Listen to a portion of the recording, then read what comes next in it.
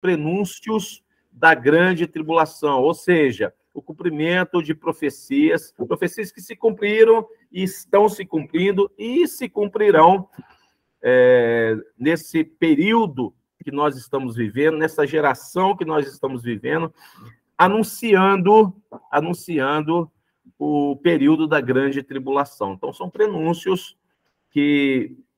profecias dadas por Cristo e pelos profetas do Antigo Testamento, que nos direciona, que nos sinalizam que, de fato, nós estamos vivendo esta última geração. Então, o tema que nós iremos abordar hoje compreenderá em seu escopo tudo isso que nós acabamos de falar. Bom, nós iniciamos falando sobre Charles Spurgeon, que é um teólogo muito conhecido do século passado, no final de 1800 e alguma coisa, e ele é interessante porque Charles Spurgeon, em seus artigos, ele já anunciava que Ezequiel 36 e 37, as profecias de Ezequiel 36 e 37, que diz respeito ao retorno de Israel e de Jerusalém à sua terra, ocorreria. A maioria dos teólogos acreditavam que isso de fato não iria acontecer, que essa profecia não era literal, né? Seria nada mais, nada menos que uma alegoria, porque todos viam isso como algo impossível, humanamente impossível, militarmente impossível, socialmente impossível, politicamente impossível. Então, do ponto de vista principal geopolítico, era algo realmente que ninguém aventava essa possibilidade, certo? Mas Charles Spurgeon, juntamente com um grupo, lógico em escala menor, sempre defendeu que a Bíblia é literal, sempre creu na literalidade da Bíblia e falou: se há profecia, ainda que seja aos nossos olhos impossível de se cumprir, ela se cumprirá. Amém, queridos? E aí ele traz à baila Ezequiel 36 e 37, e eu gostaria de ler esses textos. Eu separei alguns pontos para não ficar muito extenso, mas eu fiz um resumo aqui que vai dar uma visão bem panorâmica para a gente dessa profecia. Tá? Então, presta atenção, eu vou ler pausadamente para que fique fácil de se compreender.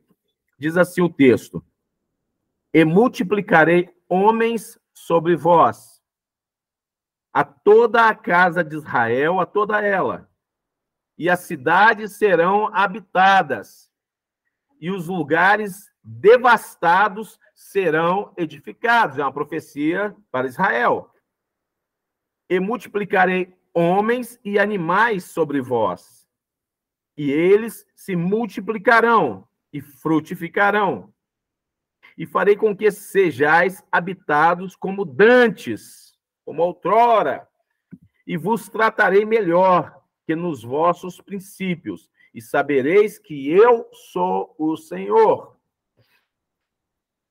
Filho do homem, quando a casa de Israel habitava na sua terra, então a contaminaram com seus caminhos e com as suas ações, como a imundícia de uma mulher em sua separação. Tal era o caminho perante o meu rosto. Derramei, pois, o meu furor sobre eles, por causa do sangue que derramaram sobre a terra e dos seus ídolos, com que contaminaram. Espalhei-os entre os gentios. Olha o que Deus está falando aqui. Olha a profecia. Falando que pegaria Israel e espalharia Israel por toda a terra, entre os gentios. E foram dispersos pelas terras. Aqui é uma profecia de 3.000 e poucos anos atrás, anunciando o que haveria de acontecer. Então, seriam dispersos pelas terras, conforme seus caminhos, e conforme os seus feitos, eu os julguei. E chegando aos gentios para onde foram, profanaram o meu santo nome, porquanto se dizia a eles: esses são o povo do Senhor, e saíram da sua terra. Mas eu os poupei, por amor do meu santo nome, que a casa de Israel profanou entre os gentios para onde foi. Dize, portanto, à casa de Israel, abre aspas, assim diz o Senhor Deus, não é por respeito a vós que eu faço isto, ó casa de Israel, mas pelo meu santo nome, que profanastes entre as nações para onde fostes. E eu santificarei o meu grande nome, que foi profanado entre os gentios, o qual profanastes no meio deles. E os gentios saberão que eu sou o Senhor, diz o Senhor Deus, quando eu for santificado aos seus olhos. E vos tomarei dentre os gentios, e vos congregarei de todas as terras, e vos trarei para a vossa terra. Então saberão os gentios que tiverem ficado ao redor de vós, que eu, o Senhor, tenho reedificado as cidades destruídas e plantado o que estava devastado. Eu, o Senhor, o disse e o farei. Então, aqui é a profecia de Ezequiel sobre o que aconteceria com Israel, que seria espalhada por toda a terra entre os gentios, mas que Deus depois a traria de volta e reedificaria a sua cidade destruída. Amém, queridos? Bom, o sentido literal dessa passagem deixa explícito que as tribos de Israel serão restauradas na própria terra e que um rei governará sobre elas. Analisemos o desenvolvimento progressivo que está acontecendo e que conduzirá Israel a uma união com a nova ordem mundial, dominada pela Europa. Apesar dos constantes conflitos, aqui a gente já está trazendo para a nossa realidade, para os dias atuais, apesar dos grandes conflitos, vemos Israel procurando a paz com seus inimigos. Isso é notório a todos, é ser disso nos meios de comunicação. Israel tentando a paz com todos os seus inimigos. Muitos em Israel estão fascinados com a possibilidade de viver em paz com seus vizinhos árabes. Essa tratativa sempre ocorreu, vários intermediadores apareceram, surgiram com o fito de obter essa paz entre Israel e os palestinos. E isso é algo que você vê como que a palavra de Deus, como a profecia de Deus, tem uma ênfase, tem uma importância tão grande que Israel, não obstante seja uma nação tão pequena, tamanho do Espírito Santo, mais ou menos, como que ela exerce uma influência mundial. O foco do mundo está em Israel. É a nação que mais se fala em qualquer meio de comunicação, em qualquer país do mundo, Israel, Israel, Israel. E aí a gente se pergunta, mas por quê? Por que essa evidência?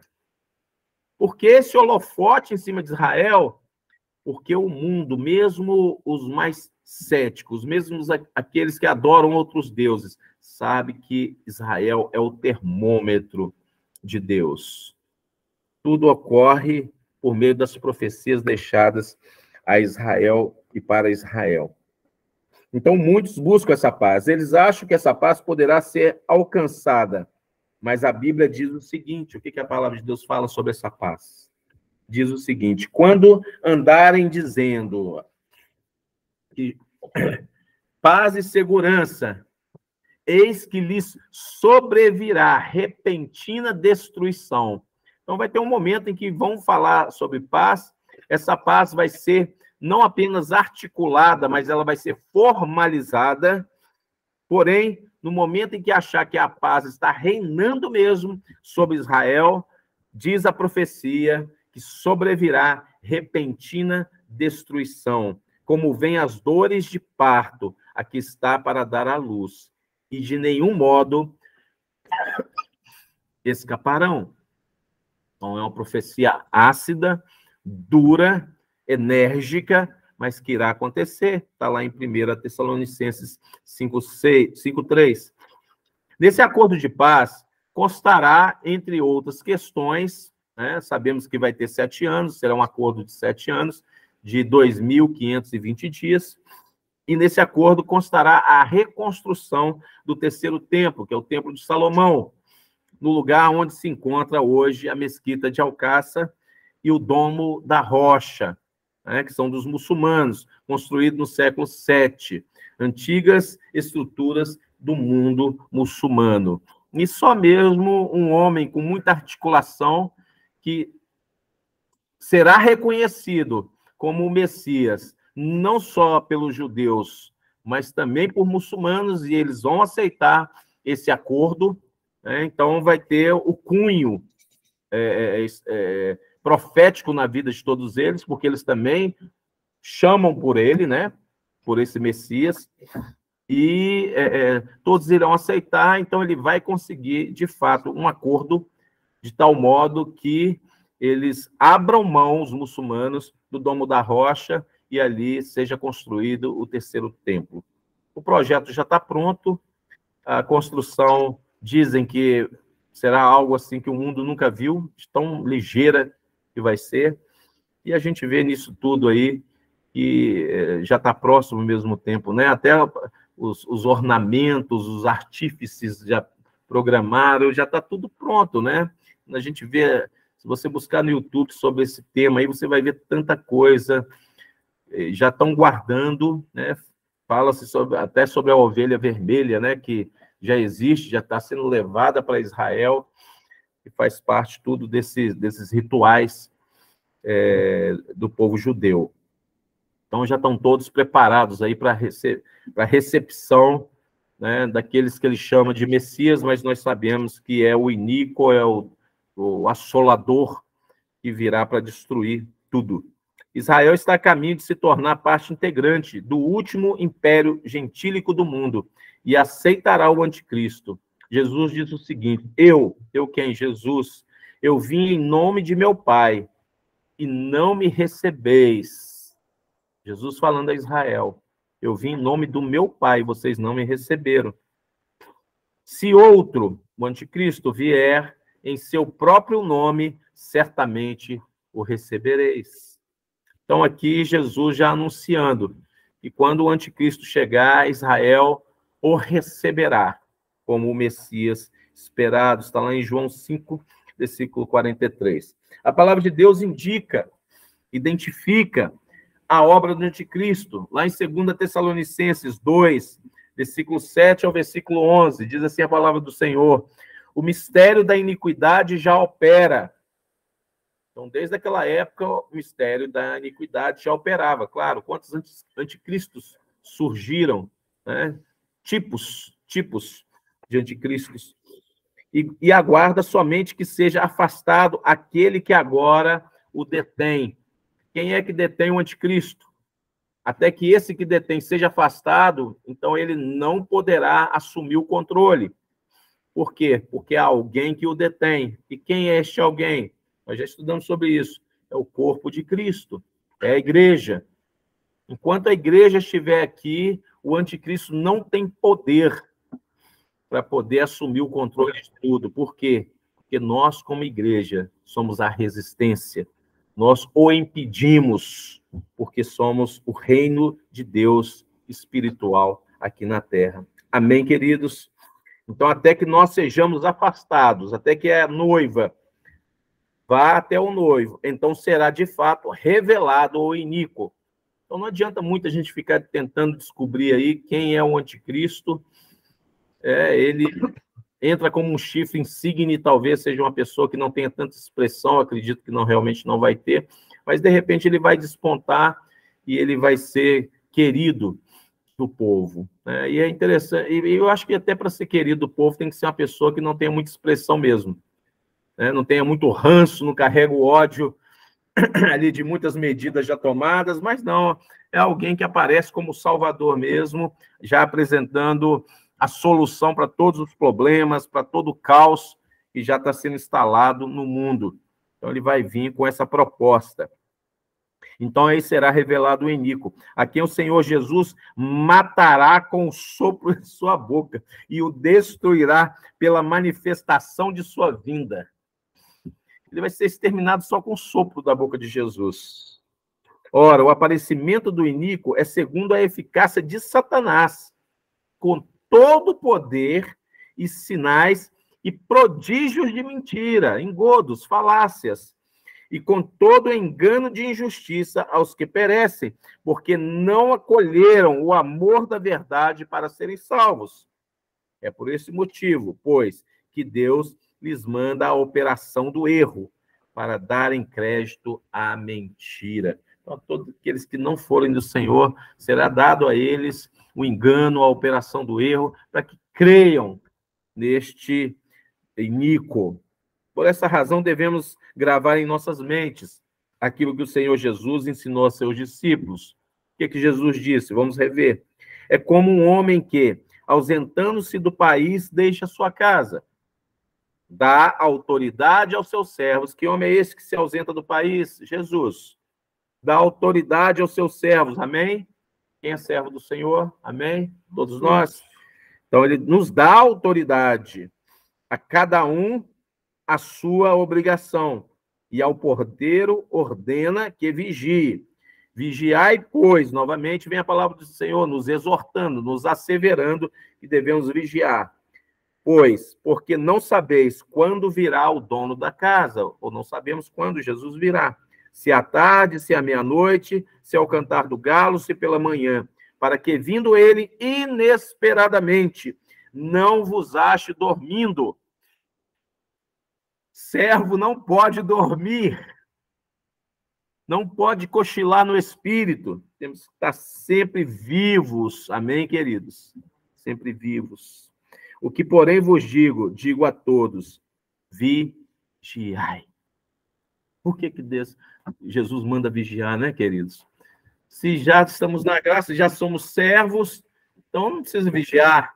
Vamos deixar correr solto. Não, queridos. Vigiar. Vigiar. Então, nós temos que, de fato, não apenas orar, não apenas buscar a presença de Deus, mas estarmos vigilantes nessa vinda do Senhor, que está muito próxima, queridos. Vamos entender aqui o que está acontecendo. Olha, em 1948, ocorreu a fundação do Estado de Israel pela ONU, com o apoio do presidente da Assembleia Geral da ONU, no caso um brasileiro, que é o Oswaldo Aranha. Ele, inclusive, deu o voto Minerva, né? O voto da decisão. É uma votação que decidiu a sorte, estava empatado, o Oswaldo Aranha foi lá, tinha o voto Minerva e ele decidiu a favor da fundação voto Minerva. Minerva é o voto que decide. Está empatado. Está empatado, é o voto do desempate. Que decidiu pela volta do Estado de Israel. Em uma votação que decidiu a sorte de uma região de mais de 2.000 quilômetros quadrados. O plano original era fazer uma zona internacional ali. Porém, os países árabes, incapazes de admitir a derrota ali naquela Assembleia da ONU, se prepararam para a guerra. Eles não aceitaram aquilo ali, não. Israel voltar de novo, nossos algozes, nossos arqui-inimigos. Não, nós vamos nos preparar para a guerra, porque nós não vamos aceitar aí essa conquista de Israel, não. E aí, o que aconteceu? Em 1967, prestes a lançar um ataque maciço, liderados pelo Egito, viram Israel ser mais rápido. Quem falou da Guerra dos 6 Dias? Foi o Luiz, da Guerra dos 6 Dias. Então, Luiz, e aí começou a Guerra dos 6 Dias, foi em junho de 1967.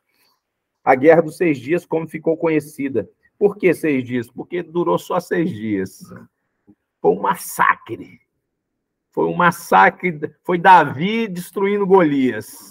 O exército dos 300, né? Foi. A exemplo de Gideão, foi o exército dos 300 que sem arma, só com corneta e a lanterna, uma tocha, colocou milhares de milhares correndo.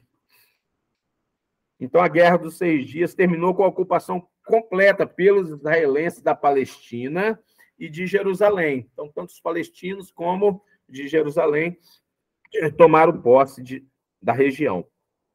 E até hoje está essa briga lá, né? Muitos falam, os palestinos, quem são os palestinos, né? Da onde eles vieram, qual a origem? Uns falam que são os filisteus, outros falam que são os edomitas, né? Edom significa vermelho, vem de Esaú, é uma terra que veio de Esaú naquela briga com Jacó. Então, de Jacó veio Israel mas não se sabe, né? É muito subjetivo, né? Houve muita miscigenação, então não dá para a gente ter certeza de quem realmente eles, quem são seus contemporâneos. Quando o Muro das Lamentações, o último resquício do templo de Herodes, foi tomado, a comoção foi indescritível. Porém, a figueira estava brotando depois de quase 2000 anos e de muitas perseguições. Queridos, eu acho isso aqui algo impressionante. É por isso que até os teólogos, eles tinham muita dificuldade de acreditar que Israel poderia, de fato, tomar, né, a sua nação de volta e Jerusalém. Eles não criam que essa profecia se cumpriria literalmente, porque não tem jeito. Como que pode uma nação, profeticamente, Deus que fez eles saírem de lá, Nero vai lá, põe fogo lá em Roma, destrói, coloca em Jerusalém para correr, acaba com Israel, e aí o povo vai, espalha pelo mundo inteiro, como diz a profecia de Ezequiel, e esse povo não perde a identidade. Como é que pode? 1.900 anos, são 1.900 anos espalhados pela terra sem perder a identidade. E depois volta e conquista a terra. Isso é uma coisa inusitada, é uma coisa sobrenatural, não tem como. E isso sobre perseguições, né? Sempre sofreram muitas perseguições. Então, enquanto os céticos, ateus e cristãos tomés não acreditavam que tal profecia pudesse se cumprir literalmente, conforme predito, aquilo que parecia impossível de acontecer aos olhos de toda a humanidade ocorreu de maneira milagrosa na Guerra dos 6 Dias, em 1967, onde, contra todas as lógicas e previsões, Israel derrotou como uma avalanche, mediante uma intervenção divina, todos os seus vizinhos e inimigos árabes. Querido, depois vocês precisam ver alguns vídeos do YouTube sobre isso, depoimentos da época de generais inimigos de Israel, o que eles falam sobre essa guerra, o que eles viram. Eu fiz aqui um resumo pequeno só para a gente entender. Bom, o mundo esperava pelo óbvio, claro, a derrota de Israel. Os caras tomaram lá em 19 anos, já vão cascar fora. Estava só 19 anos lá que a ONU tinha dado, né, a autonomia da nação, mas em 67 o pessoal se prepararam, os árabes, junto com os egípcios, né, o povo da Síria, de Iraque, da Jordânia, então se prepararam para essa guerra. E o poder bélico, militar de Israel era pequeno e frágil em comparação com todos esses exércitos. Egito, Síria, Iraque, Jordânia e todos os países árabes. Então, muitas nações contra Israel. A derrota dos judeus era algo inevitável. Era uma questão de dias mesmo, mas para destruir Israel. De 3 dias acabam com Israel. Mas o que ocorreu foram 6 dias de milagres na guerra. E aí eu fiz um resumo de cada um dos dias, o que aconteceu. Olha para vocês verem o que é o poder de Deus, o cumprimento de uma profecia de Deus, aquilo que Deus disse que iria acontecer de uma forma sobrenatural. Primeiro dia, no dia 5 de junho de 1967, a Força Aérea Israelita sobrevoou e destruiu, uma após outra, todas as bases aéreas egípcias num espaço consecutivo de 3 horas. Em apenas 3 horas. Crê-se que nenhuma das bases aéreas tentou ou conseguiu contactar com as outras após os ataques. Então, houve uma pane na comunicação do Egito que não conseguiu evitar. Um aviso preventivo sobre os ataques emitido pela Jordânia falhou. Então, até o comunicado que a Jordânia fez para evitar aquilo ali falhou, porque o Egito tinha alterado os seus códigos de alerta exatamente no dia anterior. Até aqui ainda fala assim, não, foi uma coincidência, saiu, deu sorte. Então, falhou. Essa tremenda vitória foi decisiva para o resultado da guerra. No primeiro dia, com 3 horas. Quando questionado sobre a razão desse verdadeiro milagre, o futuro presidente de Israel, Ezer Weizmann, ficou silencioso. Pouco tempo depois, ergueu a sua cabeça para o repórter. Ergueu a sua cabeça e afirmou: foi o dedo de Deus. Segundo dia da batalha. Previa-se que a batalha contra Siquém, na chamada margem ocidental, na parte ocidental, fosse uma das mais sangrentas dessa guerra. Mas quando as forças israelitas se aproximaram da cidade por uma direção inesperada, os árabes, fortemente armados, confundiram-nas como sendo soldados iraquianos. Então Israel chegou, eles acharam que era parceiro, que era os soldados iraquianos, que viriam trazer reforços. Como resultado, as tropas israelitas foram recebidas de braços abertos e tomaram imediatamente posse da cidade. Terceiro dia. As tropas israelitas eram muito inferiores em números e equipamentos comparativamente ao inimigo síria, nos montes de Golan. Porém, à medida que as forças israelitas avançavam, muitos dos sírios saíam das suas posições e fugiam caoticamente, deixando para trás todo o equipamento. Saíam correndo.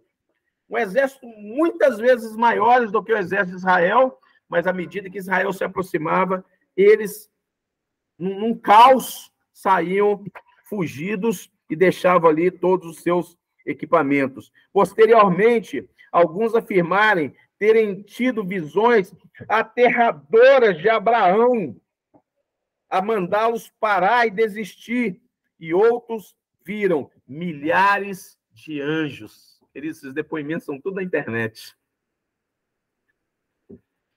Olha o que Deus faz, queridos. Deus entra na peleja, Deus entra na guerra. E aí, quando você vê, nossa, aquele negócio ali de Gideão, 300 homens, será mesmo? Colocou aquela turma toda para correr, cara, só com corneta. Tá aqui, querido, isso é agora aqui, ó. Eu nasci em 60, eu já estava vivo. Eu já tinha nascido. Foi em 67. Isso aqui já era bom, já. Olha as heresias aqui. Vou te defender, Maurício. Então, vocês veem que aqui agora, 67, queridos, está na porta. O milagre acontece, está registrado até na internet. Quarto dia, 48 horas depois do ataque israelita à sua aviação, o Egito começou misteriosamente a fazer explodir e a abandonar as outras bases militares. Em resultado disso, Israel apoderou-se facilmente da Península do Sinai e da faixa de Gaza, ocupada ilegalmente pelo Egito. Quinto dia, um caminhão israelita carregado de munições explosivas foi atingido diretamente por uma granada explosiva. A explosão da munição iria causar a destruição do caminhão e de todos os soldados nas imediações, mas a granada aterrou sobre o topo do automóvel, sem explodir. Esse tipo de incidente ocorreu por diversas ocasiões durante toda a guerra. Deus ia lá e apagava o bagulho, não deixava explodir. É incrível. Sexto e último dia da guerra, as pressões internacionais forçaram Israel a aceitar um cessar-fogo proposto pelo rei Hussein da Jordânia, que depois de algum tempo vetou alguns termos. Isso forneceu a Israel o tempo extra necessário para aniquilar a força militar do inimigo e restabelecer a soberania judaica sobre a cidade velha de Jerusalém. E ao terceiro dia, Israel descansou. É profético demais. Deus ele é detalhista, cara. Você vê, Deus cria o mundo em 6 dias, descansa no 7º. Deus faz a guerra dos 6 dias para Israel, de luta, de batalha, mas descansa no 7º, no dia sabático, no dia do descanso. Então, que é aquilo que a gente já até pregou, né, queridos? O número 7, o número da obra completa, que representa uma obra com início, meio e fim. Então, no 7º dia, Israel descansa, representando que tudo que ocorrera teve seu início, meio e fim determinado. Como resultado dessa guerra, pasmem, queridos, pasmem, como resultado dessa guerra, Israel perdeu 766 homens. 766 homens, enquanto os árabes perderam, só os árabes perderam cerca de 18.000 homens. O presidente do Egito, Nasser, renunciou ao cargo devido à derrota. O mundo islâmico ficou com aversão ao Estado israelita. Mas os caras estão lá. E ricos já, né, cara? E ricos. Olha para você ver quando Deus tem uma promessa com seu povo. É uma pena que, enquanto eles estiverem sem aceitar Jesus, a riqueza vai ser só aqui, né? Quanto a nossa, somos filhos, é na glória, é eterna. Diante desses eventos sobrenaturais, ou seja, em 1948 e de 1967, iniciou-se o cumprimento da profecia descrita em Ezequiel 37. Diz o seguinte: ossos secos, ouvi a palavra do Senhor. Eis que farei entrar o Espírito em vós e vivereis. Porei tendões sobre vós, farei crescer carne sobre vós estenderei pele e porei em vós o Espírito e vivereis. E sabereis que eu sou o Senhor. Eis que abrirei a vossa sepultura e vos farei sair dela, ó povo meu, e vos trarei a terra de Israel. Lucas 21, 32 diz: eu lhes asseguro que não passará esta geração até que todas essas coisas aconteçam. Aqui depois, Jesus vem depois de várias profecias que a gente vai estar falando nas próximas aulas, todos os sinais deixados por Cristo. Nós vamos estar aqui apresentando gráficos, mostrando tudo que está acontecendo na humanidade, a teor daquilo que Jesus predisse em suas profecias. Então, aqui Jesus está assegurando, entre as profecias, o retorno de Jerusalém e a figueira. A figueira brotar é o retorno de Jerusalém à sua nação. Então, Jesus... A figueira é a profecia de Israel, né? A gente já falou isso nas aulas passadas e a gente vai falar novamente nas aulas que seguirão, porque são os prenúncios proféticos da grande tribulação. Então, aqui Jesus está nos assegurando, Jesus está sinalizando que essa geração, qual geração? A geração do retorno de Israel. Ou Jesus está se referindo aqui à geração do momento em que Israel volta à sua nação, 1948, o pontapé inicial da última geração, ou 1967, que diz exclusivamente a respeito de Jerusalém. Então, não sabemos se o ponto de partida é 1948 ou é 1967. O que nós podemos afirmar com segurança é que nós vivemos a última geração, fazemos parte dessa última geração. Dale Book explica em seu comentário, em seu artigo, ele diz o seguinte, abre aspas: a geração que vê o começo do fim, verá também o fim. Então, aqui, esse autor está declarando que a geração que vê o começo do fim também verá o fim, ou seja, é a última geração. Para os incrédulos, será um dia de total e terrível surpresa. Nós já não vamos estar aqui, né, queridos? Vamos abrir e fechar de olhos, vamos encontrar com o Senhor nas nuvens, mas o povo que irá ficar, queridos, vão sofrer demais. A princípio, eles vão achar que, como nós lemos no texto, que haverá segurança e paz. Primeiro vão passar aquela loucura toda, várias pessoas que desapareceram. Não sei se vocês viram aí que estão dizendo que vão se pronunciar com respeito aí à NASA, com respeito a alienígenas, a história de alienígenas e tudo mais. Estão aí sinalizando essa questão. Por que tudo isso? É claro, não pensam vocês que quando aconteceu o arrebatamento, as notícias vão ser, aquele povo estava certo. Olha, aqueles crentes estavam certo. Né? Foram arrebatados. Mas esqueçam, o erro, o engano que Jesus fala aqui, que virá um mistério do engano e do erro sobre eles, não pensar nada disso. E aí daqueles que falarem que foi isso mesmo, eles ainda vão sofrer deboche ainda, perseguição, né?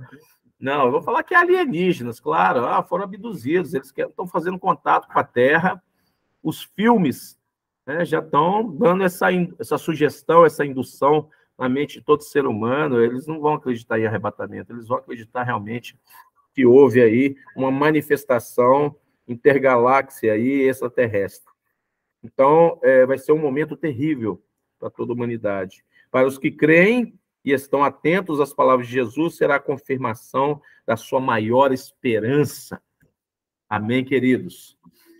Vai ser a consumação da nossa maior esperança, o momento em que a gente vai estar encontrando todo mundo com Cristo nas nuvens, para a glória, para a vida eterna, já com o corpo transformado. Já pensou agora, queridos? Nosso corpo ser transformado agora, um corpo sem dor, sem doença, incorruptível, sem pecado, imortal. É isso aí, queridos. Pode ser a qualquer momento. Essa é a última geração. O Salmo 90, no verso 10, diz o seguinte: os dias dos nossos anos chegam a 70 anos.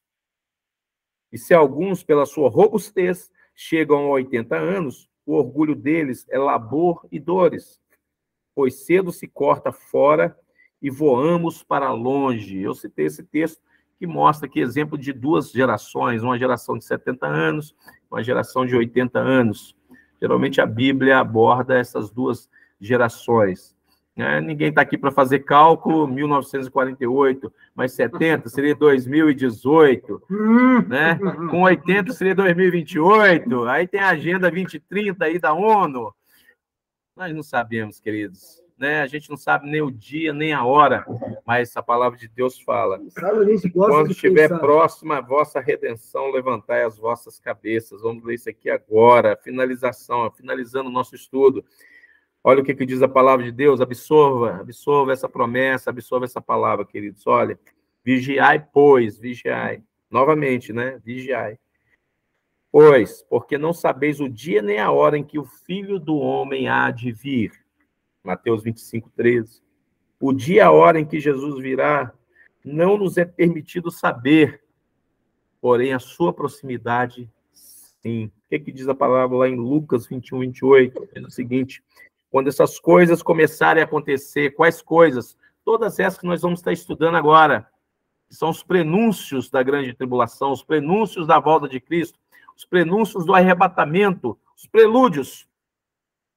Então, quando todas essas coisas começarem a acontecer, quando Israel voltar para a sua nação, quando Jesus tomar posse de Jerusalém de novo, olhai para cima. Deus está nos convocando uma visão vertical. Olhem para cima e levantai as vossas cabeças, porque a vossa redenção está próxima. Então, nós não temos como saber o dia nem a hora, mas temos como saber que a nossa redenção está próxima, e ela está próxima. Então, levantemos nossas cabeças, queridos. Levantemos nossas cabeças. E, para finalizar, as coisas encobertas pertencem ao Senhor nosso Deus, amém? Porém, as reveladas são todas aquelas que nós iremos explanar agora durante os nossos estudos.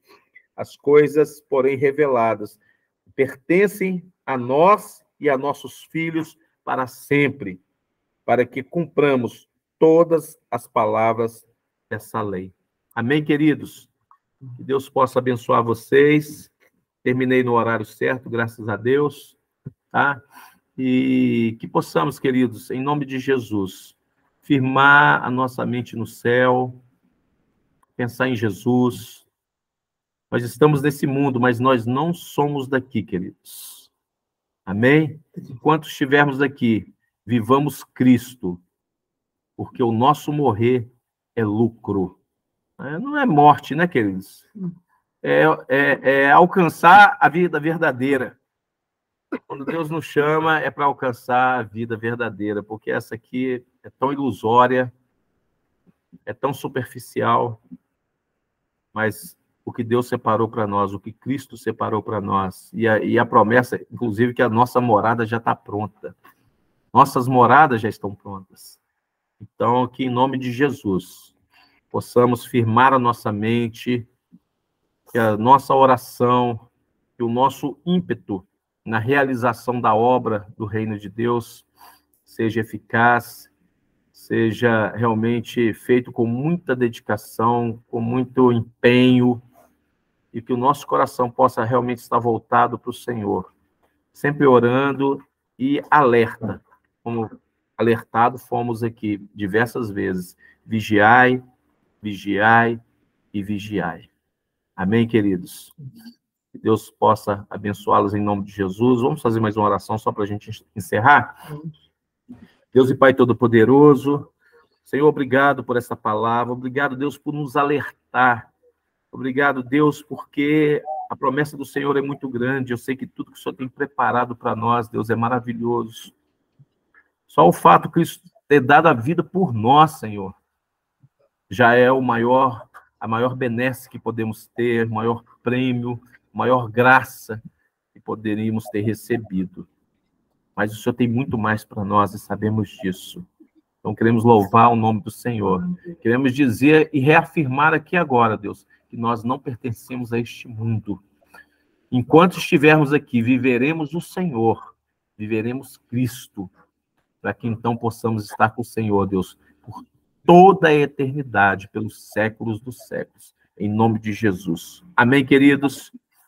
Amém. Paz de Cristo, que Deus abençoe todos vocês e até a próxima. Em nome de Jesus. Pastor. Amém. Deus abençoe. Boa noite. Boa noite. Obrigado.